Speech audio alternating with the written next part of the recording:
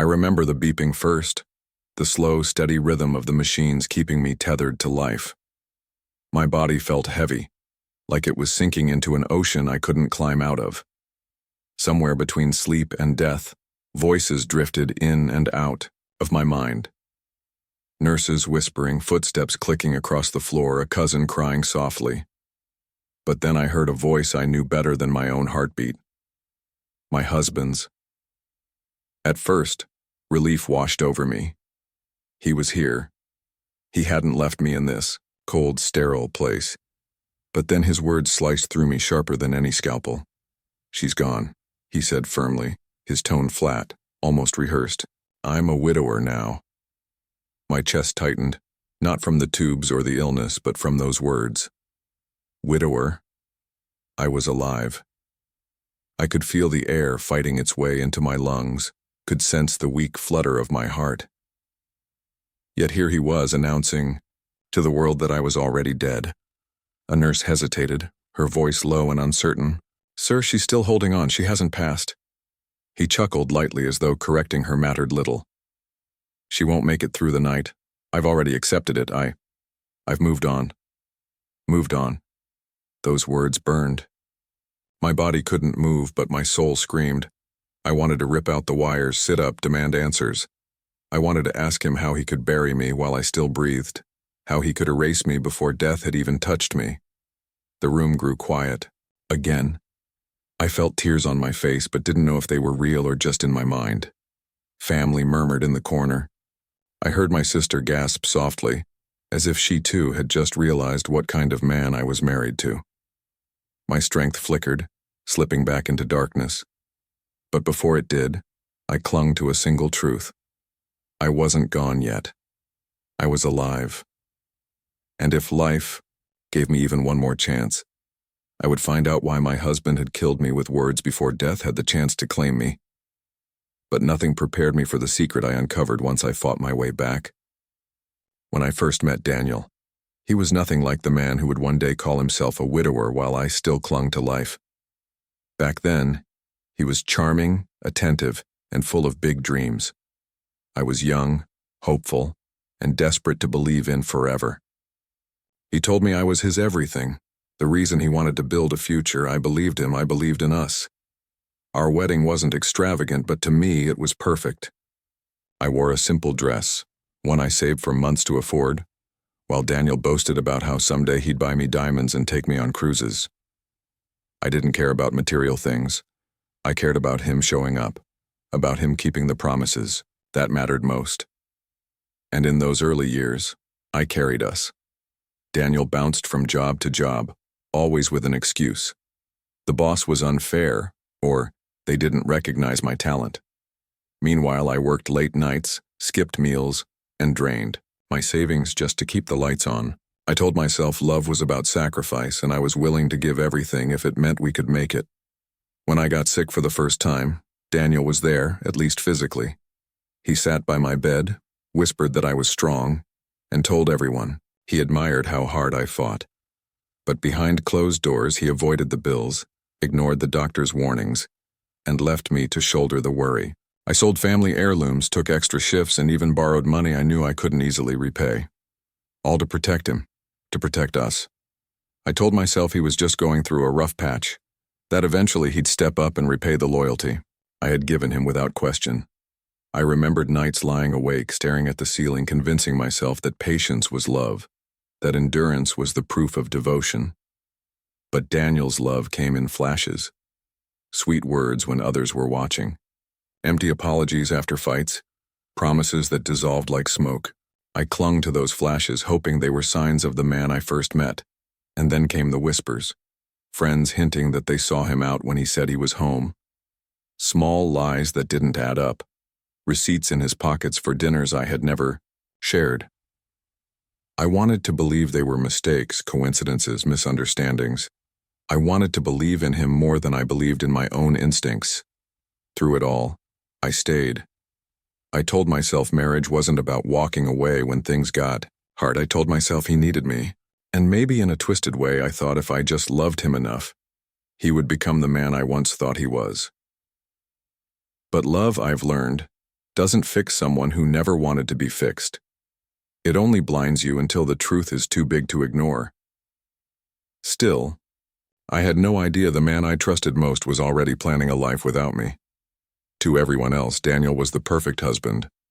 At family gatherings, he played the role with flawless ease, smiling wide, holding my hand just tight enough, cracking jokes that made relatives laugh until their stomachs ached.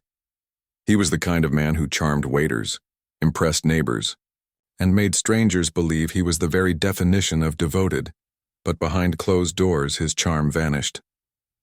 He grew cold, impatient, and sharp-tongued. If dinner wasn't ready on time, he sighed like the weight of the world had been placed on his shoulders.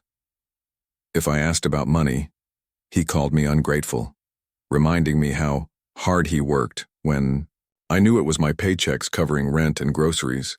His smiles in public cost me tears in private. The cracks began as whispers in the corners of our marriage. Late-night phone calls he would step outside to take. Sudden work trips that had no receipts, no emails, no proof. Once I found lipstick smeared faintly on the collar of his shirt, but he laughed, spinning a tale about a colleague's wife hugging him too tightly at a company dinner. He looked me straight in the eyes, his tone calm, steady, persuasive, and I doubted myself. That was Daniel's gift. He could make me question my own reality. Money became another battlefield. I noticed withdrawals I never made, credit card statements with charges I couldn't trace, designer colognes, expensive dinners, hotels in the city.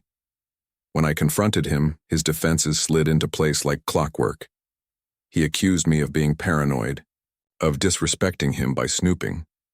Somehow he twisted it until I was the guilty one, apologizing to him for daring to suspect. My family adored him. My parents saw him as the son they always wanted, polite and attentive whenever we visited.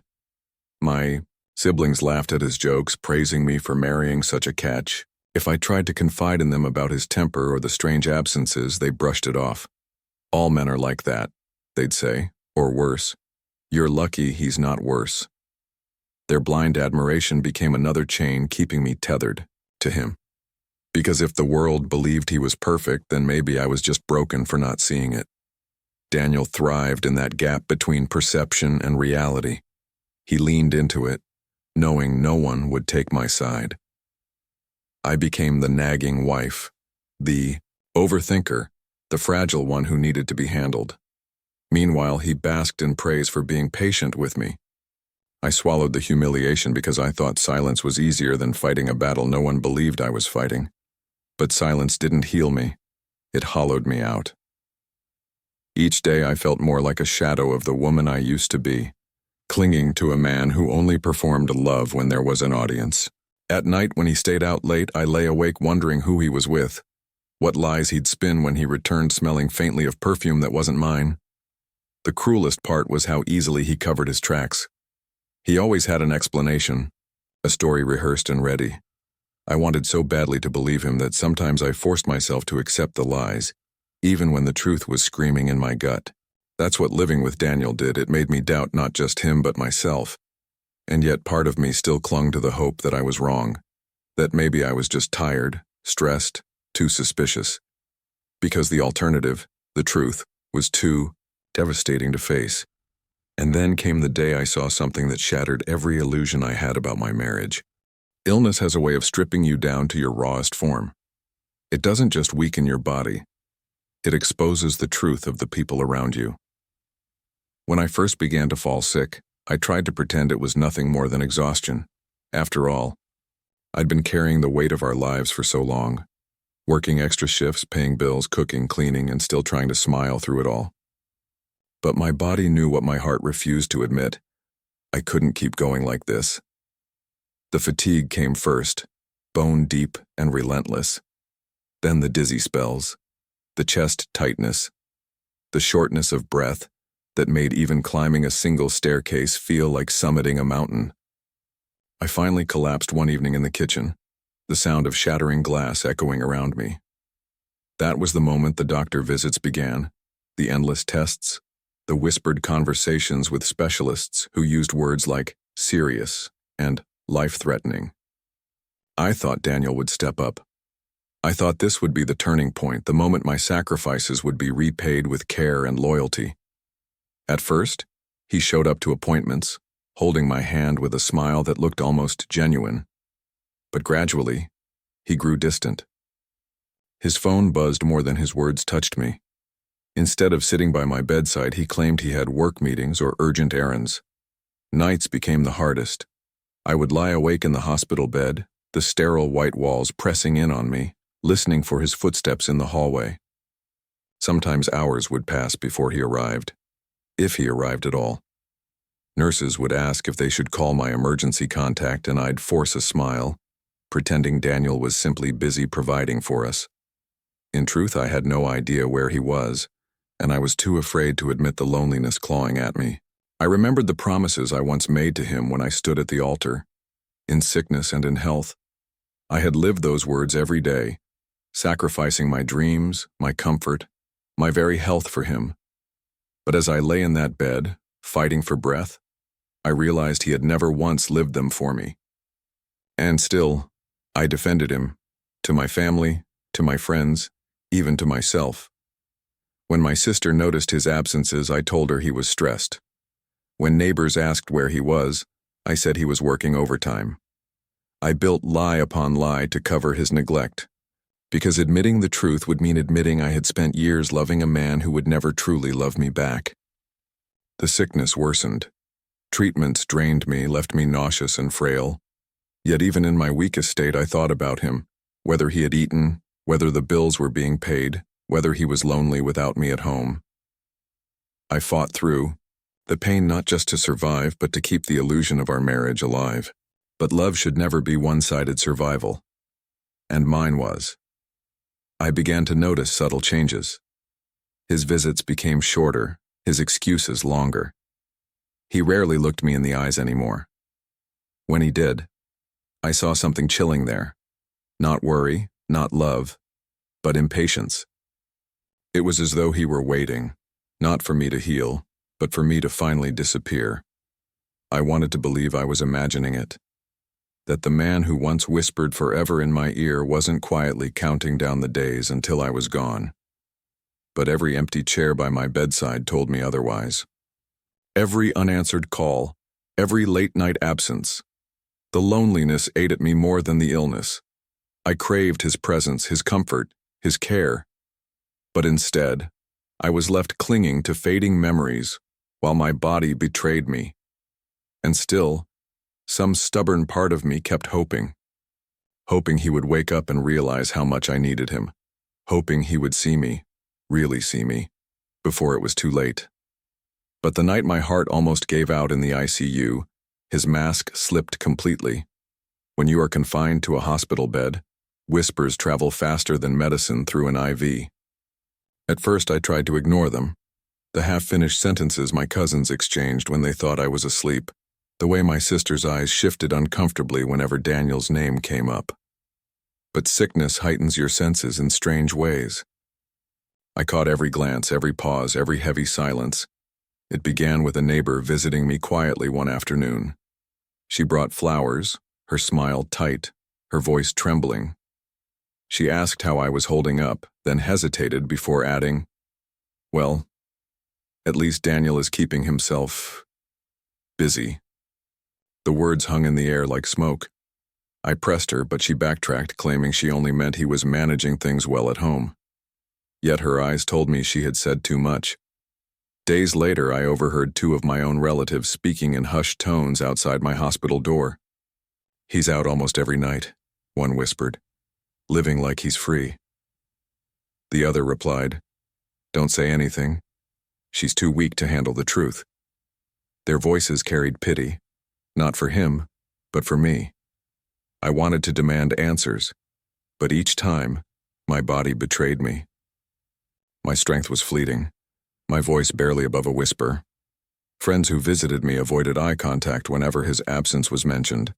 They offered empty excuses on his behalf. He must be tired, or he's probably just stressed. But their pitying faces gave them away. They knew something I didn't. The gnawing suspicion grew until it consumed me. I began to replay every late-night absence, every unanswered call, every unfamiliar perfume that lingered on his clothes. What had once seemed like minor cracks now looked like gaping wounds in the fabric of our marriage. I convinced myself I was imagining things, that my illness had made me paranoid, that loneliness was twisting my thoughts. But then the evidence piled too high to ignore. A nurse casually mentioned he hadn't signed in for visiting hours the night before, though he told me he had been sitting right outside my room. A family friend, not realizing I hadn't been told, asked me if it was true that Daniel had started a new chapter already. That phrase, a new chapter, echoed in my mind like a curse. What chapter? What story was being written behind my back while I lay here, fighting for breath? I tried to confront him once, gathering what little strength I had. I asked why he wasn't around, why I felt him slipping further away with every passing day. He kissed my forehead, called me darling, and told me not to overthink. He assured me that I should focus on healing, while he took care of everything else. His words were smooth, practiced, convincing, yet I saw the flicker in his eyes, the same flicker I had ignored too many times before. The walls were closing in. Every smile from friends felt like a lie, every hushed conversation a warning. My heart wasn't just failing from illness, it was breaking from the unbearable truth pressing in on me. And then I heard it with my own ears, words no wife should ever hear. The night it all came crashing down is burned into me more vividly than any pain I've ever endured. The ICU was cold, the machines humming beside me, their rhythmic beeping the only proof I was still clinging to life. My chest ached with every breath, each inhale shallow, each exhale weaker than the last. My eyelids felt like lead, yet my ears were painfully sharp, grasping at every sound. That was when I heard him, Daniel. His voice was calm, almost casual, as he stood just feet from my bed. "She's gone," he said, his tone laced with a finality that chilled me. "I'm a widower now." For a moment I thought I'd misunderstood, that maybe the sickness was playing tricks on my mind. But then the words sank in, cold and deliberate. A nurse's voice wavered, trying to correct him. "Sir, she's still fighting. She hasn't passed." Daniel let out a soft chuckle, one that cut through me sharper than any scalpel. "She won't make it through the night. I've accepted it already. I'm moving on." Moving on. Those words were knives, twisting deep into my already fragile body. I couldn't scream, couldn't open my eyes, couldn't even lift a hand to prove him wrong. Trapped in my own failing body, I listened as the man I had loved, the man I had sacrificed everything for, buried me alive with his words. My sister gasped softly, trying to argue, but Daniel silenced her with his usual charm. "It's better this way," he said, his voice smooth, convincing. She wouldn't want me to suffer. In that moment, something inside me broke. Not just my heart, but the illusion I had held onto for so many years. All the late nights, the excuses, the unexplained absences, they weren't misunderstandings, they were choices. His choices. But what I didn't know then was that his betrayal was far worse than words spoken over what he thought was my deathbed. Weeks later, when I finally emerged from that fragile twilight between life and death, I was weaker than ever. My recovery was slow, my body ravaged by illness and treatments. But even in my weakened state, I could sense the shift around me. My friends avoided talking about Daniel. My relatives spoke to me in careful, measured tones, as if guarding a secret too heavy for my fragile frame. One night, after I had finally returned home, I overheard my cousin arguing with my sister in the kitchen. "She deserves to know," my cousin hissed. "How long are we going to protect her? She needs the truth." My sister's voice cracked with fear. "If we tell her now, it could kill her." The truth. Those two words ignited something in me. For days I pressed, begged, demanded answers. Finally, my sister broke down, tears streaming down her face as she revealed what everyone else had tried to hide. While I lay in the ICU fighting for my life, Daniel wasn't grieving. He wasn't praying. He wasn't even pretending to be faithful. He was celebrating. He'd been seen on yachts, at parties, drinking, laughing, living as though he had already shed the burden of a wife. But the cruelest revelation wasn't his callousness. It was that he had been living a double life. Daniel had another woman, not just a mistress, not just a fleeting distraction, but someone he had been seeing seriously for months, perhaps even years. While I fought to survive, he slipped a ring on her finger. He remarried in secret, using my illness as his alibi. To him, I was already dead, and he wasted no time replacing me. When the words left my sister's lips, I felt the world tilt beneath me. My body trembled, my chest tightened, and I struggled for air. The betrayal was so deep, so consuming, that it felt like dying all over again. The man I had sacrificed everything for had not only abandoned me, he had erased me. I confronted him days later, my voice still weak but laced with fury. Did you really call yourself a widower while I was still alive? Did you really marry her while I lay in that hospital bed? He didn't flinch. His eyes, once so full of practiced charm, were cold and unapologetic. What was I supposed to do? He asked flatly. You were practically gone. I had to move on. Move on. Those words again, as if my existence were nothing more than a page he could rip out of his life story. I stared at him, searching for the man I once believed in, the man I thought loved me. But he was gone, if he had ever existed at all. In his place stood a stranger who wore my husband's face, but whose heart had never truly belonged to me. The betrayal wasn't just the other woman or the secret marriage. It was the realization that I had spent years pouring my love, my loyalty, my very soul into a man who saw me as disposable. The weight of it crushed me, but somewhere deep inside, a fire sparked.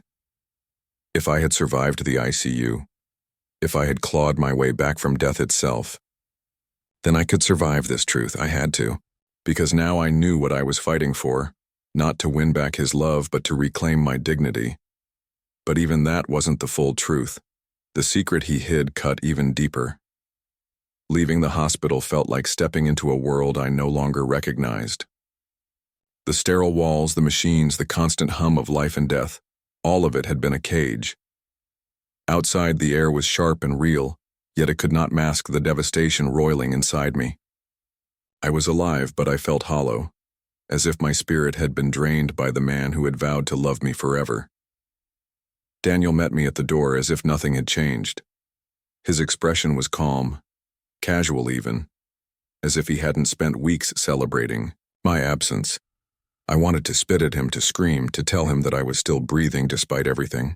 Instead, I stared at him, my body trembling with rage and exhaustion. I know, I whispered, voice hoarse from illness and fury. I know about her. I know about the marriage. I know every lie. He shrugged, eyes cool. What can I say? You were almost gone. I did what I had to do. Almost gone. I had clawed back from death, fought with every ounce of strength I had, only to hear my life dismissed so casually. Humiliation washed over me. The man I had given everything to, my health, my sanity, my very soul, was standing there, unrepentant, as though my existence had been a mere inconvenience. Family reactions were worse than I could have imagined. My parents, shocked at first, split into factions. My father, always protective of appearances, tried to justify Daniel's actions, insisting he had done what was practical. My mother, silent and pale, avoided looking at either of us, as if acknowledging the truth would break her entirely. My siblings were divided too. My sister stood beside me, trembling, her hands clasped tightly in support. But my brother sided with Daniel, arguing that I had overreacted, that he had made the best of a bad situation. The room, once a sanctuary, became a battlefield of words, accusations, and whispered judgments. I realized then that the man I loved had not only betrayed me, he had manipulated the world to ensure I appeared unstable, dependent, and weak. And then she appeared. The other woman. Daniel introduced her as his partner, a woman whose presence seemed designed to pierce my heart further. She smiled, confident, radiant, utterly unapologetic. The ease with which she walked into my life, into my home, was a knife twisting in my chest. My humiliation was complete. Friends and distant relatives who had once called me graceful and strong now whispered behind my back, as if my pain were entertainment. I tried to hold myself together, to maintain some shred of dignity, but every glance, every whispered comment, every smile from her cut deeper than the last. I realized that his betrayal wasn't only about love. It was about power, control, and reputation. By replacing me before I had fully recovered, Daniel had asserted dominance over my life, making it clear that I had no place in his story anymore. I retreated into myself, seeking solace in the small victories, my own recovery, my own resilience. But the weight of social judgment, the whispers of family and friends kept me tethered to despair. My life had become a spectacle of shame, a cautionary tale I hadn't agreed to live. I wondered if I could ever trust anyone again. Could I ever believe in love, in family, and loyalty? Every interaction felt loaded, every smile suspicious. I was alone, yet surrounded by people who had chosen sides, as if my suffering were a contest. And then, buried in a drawer I had overlooked, I found it, a single piece of paper that would change everything. The document proved the depth of his deception, exposed his manipulations, and revealed his true intentions with a clarity that left no room for doubt. Until one piece of paper proved everything and turned the entire family against him. The piece of paper was more than just a document. It was a key to the truth Daniel had buried for years. It detailed hidden bank accounts, forged signatures, and transfers he had made in secret. Funds that were mine by right, siphoned to support a life I had no part in. The realization hit me like a tidal wave. Not only had he betrayed me emotionally, but he had tried to erase me financially, to rewrite our life together as if I had never existed. With trembling hands, I shared the evidence with a trusted lawyer and reluctantly with my family. The impact was immediate. Those who had doubted me, who had once blamed my instincts or accused me of paranoia, now faced undeniable proof. Daniel's carefully curated image of respectability collapsed in an instant. The truth was unarguable, and suddenly, the man who had wielded charm like a weapon was stripped bare, exposed in front of everyone he had fooled. I could have fought him, taken every last penny, demanded public humiliation, or sought revenge for the years of lies and betrayal. But as I looked at him, his arrogance gone, replaced by shame, I realized that true power did not lie in revenge. Power lay in reclaiming my life, my peace, my dignity. I had survived betrayal, illness, and manipulation, and that alone gave me strength no court judgment could replicate. I sold the house he had tried to claim as his own, closed the accounts he had hidden, and walked away with nothing but my name, my health, and my dignity intact. For the first time in years, I felt light. Every step I took away from him was a step toward freedom. I learned to enjoy the small moments again. The warmth of the sun on my face, the taste of food that wasn't eaten in a rush between hospital visits, the sound of laughter that didn't carry an undertone of worry or betrayal. Friends returned, gradually drawn not by gossip or pity, but by the quiet strength I exuded.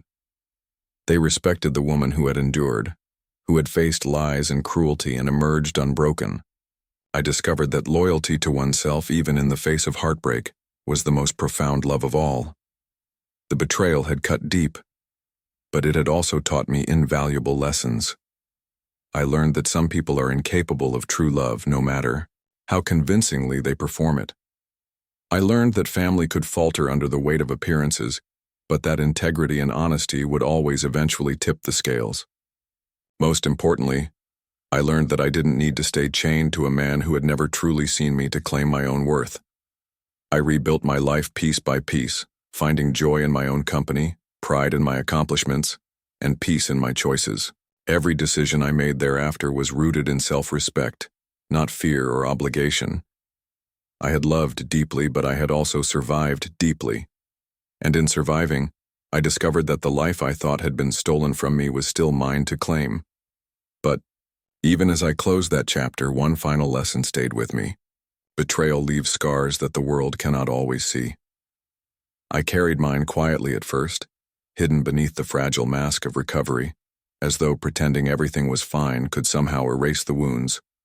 But every heartbeat, every breath, reminded me of the man who had tried to erase me while I was still alive. I realized then that survival wasn't just about fighting illness. It was about reclaiming my own story from the hands of those who sought to rewrite it. I thought of the nights in the ICU, lying helpless as he proclaimed himself a widower. I remembered the hollow echo of his words, the cruel ease with which he attempted to bury me before my time. And yet, I was still here. I had clawed my way back from the brink, from despair, from the suffocating loneliness that his betrayal had left in its wake. Each step forward was a victory, each small act of reclaiming my life a defiance against the man who had tried to erase me. Dignity, I learned, is not given, it is taken. Love and loyalty are fragile without truth and respect. They can be shattered, in moments by someone who values appearances over honesty, selfishness over care. I had given everything to someone who could not return even a fraction of it, and in doing so, I discovered the deepest truth. My worth was never dependent on his acknowledgement, nor was my survival tied to his approval. Walking away from Daniel was not an act of weakness or defeat. It was a declaration of life. I chose myself, my peace, and my integrity over revenge, over bitterness, over a man who had demonstrated that he did not deserve me. The whispers of family, the glances of strangers, even the pain of losing someone I thought I loved. These became lessons etched into my heart. They reminded me that strength is forged not in comfort, but in the furnace of betrayal and suffering. Now, years later, I carry no hatred in my chest, only clarity. I have rebuilt my life around honesty, around relationships that honor truth, and around a self-respect that no one can take from me. I have learned to find joy not in validation from others, but in the simple act of existing as my own person, fully alive and wholly unafraid. He buried me long before I ever died. But I rose from that grave and I chose life my own.